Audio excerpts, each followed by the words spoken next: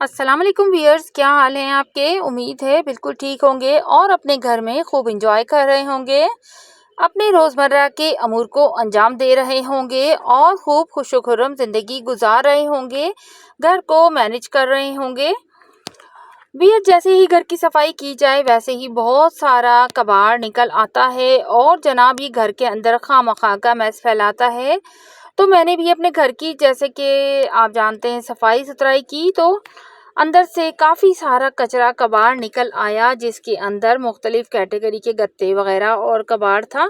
तो मैंने जो है किसी कबाड़ी को ढूंढना शुरू किया और मुझे बाहर से एक कबाड़ी की आवाज़ आई जो साइकिल पर आवाज़ लगाता हुआ जा रहा था। ऐसे लोग अक्सर फिर रहे होते हैं और ये इनका रोज़गार होता है। मैंने भी जैसे ही आवाज़ सुनी, मैंने तो फ़ौरन ही अरकम अज़ीज़ को भेजकर उसको अंदर बुला लिया और उसे बताया कि भाई ये कबाड़ है और ये आप ले लें।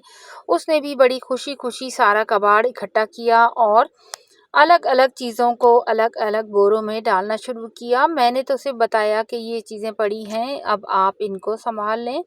तो उसने कागज़ अलग, गत्ते अलग, बोतलें और प्लास्टिक अलग, इस तरह से हर चीज़ को अलग अलग से बोरियों में भरना शुरू कर दिया और बहुत सारे उसने बोरे बना लिए और काफ़ी सारा घर से कचरा और मैस ख़त्म हो गया। इससे मुझे काफ़ी खुशी हासिल हुई कि चलो कबाड़ तो निकल गया।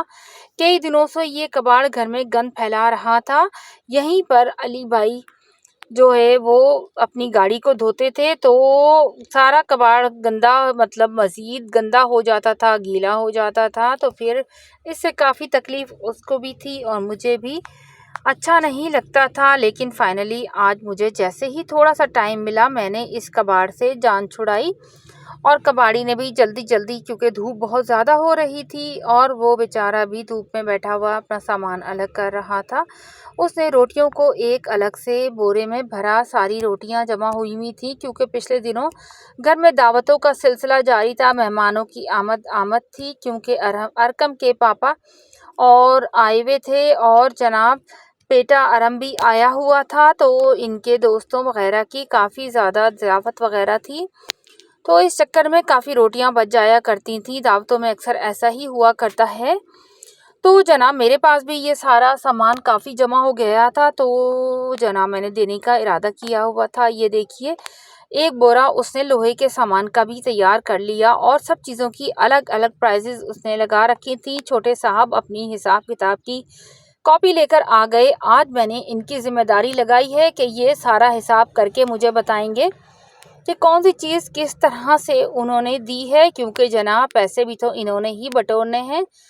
तो थोड़ी सी मेहनत इन्हें भी करनी चाहिए। इन्होंने कागज़ अलग, गत्ता अलग, लोहा अलग, प्लास्टिक अलग, रोटी अलग, सबकी अलग अलग से प्राइसेस लिखे। अब इंतज़ार में हैं कि जैसे ही वेट हो जाता है तो वो उनका वेट भी लिखें और फिर ज़रब तकसीम करके अपना कमीशन फाइनल करें और उसको बताएं भाई को। तो जनाब उसने सारा कुछ फाइनल कर लिया है और अब वो अपने सामान का सारा कुछ बता के, रेट बताकर इंतज़ार में है कि अब देखो तोलता हूँ मैं। ये उसने कांटे पर लटकाया है एक बोरा और उसकी प्राइस बताइए। देखते हैं ये क्या चीज़ है। ये तो जनाब है रोटी। तो जनाब रोटी उसने 2 किलो तोल दी है और देखिए ये सारा हिसाब छोटे साहब बड़ी ही तुंदही के साथ अपने कंप्यूटर यानी कैलकुलेटर के साथ कर रहे हैं। आजकल के बच्चे कैलकुलेटर के बगैर तो शायद सांस भी नहीं लेते। खुद से तो नहीं करेंगे, हालांकि टेबल्स इनको याद हैं सारे, लेकिन नहीं जनाब, आसानी जहां मिल रही हो वहां मुश्किल में कौन पड़े।